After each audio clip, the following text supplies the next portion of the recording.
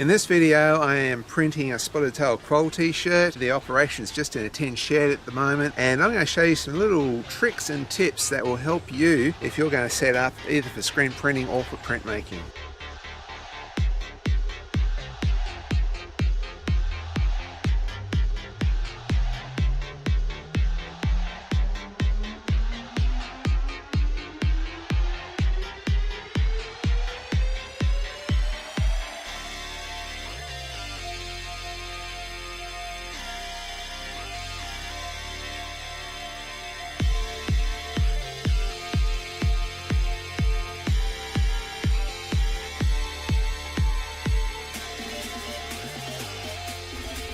So to make one of these shirts, I print the sleeves, the fronts, the backs, even the hem. I lay down a nice sort of a ambery gold colour, which took me a while to mix up because I wanted to get it just right. I used my flash cure unit to dry it, and I mist the air using water-based inks and using heat at the same time causes the water-based inks to dry up.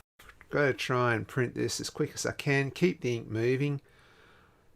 A little heat gun just to make sure it's dry before I lay down the white. So it's a more environmentally friendly ink, but it is harder to work with, and I tend to do it in the mornings and on rainy days. It's usually the best time to do a job like this. I'm quite happy with the outcome of this shirt here.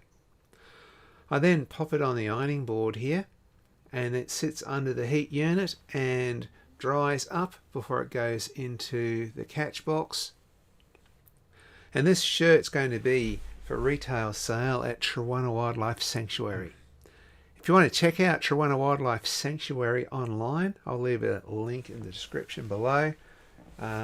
Cool place, probably the best wildlife park in Tasmania in my opinion, and sells my shirts. Check them out. You can buy them online.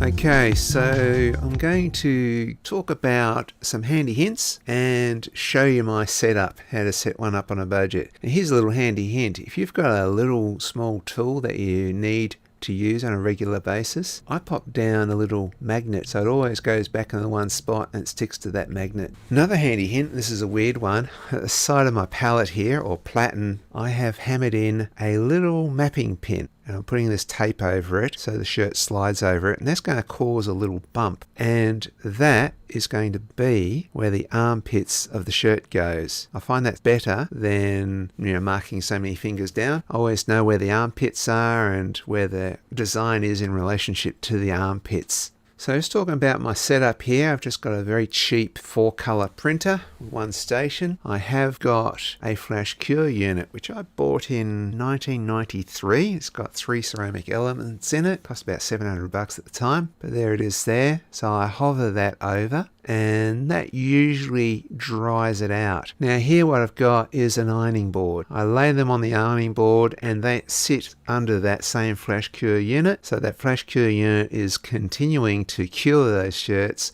while they're sitting on the ironing board. And I'm using the ironing board like a manual conveyor belt, if you like. Every now and again, when it gets a certain amount there, I just get there, pick up 3 or 4 and just shift them over a bit and into the catch box. That's my simple setup, and of course after that I go and I will cure them, or Lady Jennifer will cure them, which is heat pressing them again. Another handy hint, it's raining today. Raining or wet weather or cool in the mornings or in the evenings is the best time to print the water-based ink, especially the super cover ones. The thick gluggy ones, they dry up in the screens really quickly. So one of the things I do is I just print at the best conditions. Also, sometimes I mist. I'll get a spray bottle and I will mist, just mist up all around the screens everywhere, just a little mist. And that sort of keeps the ink supple, stops it from getting too stiff. But if you're just starting up, hopefully these are some handy hints for you.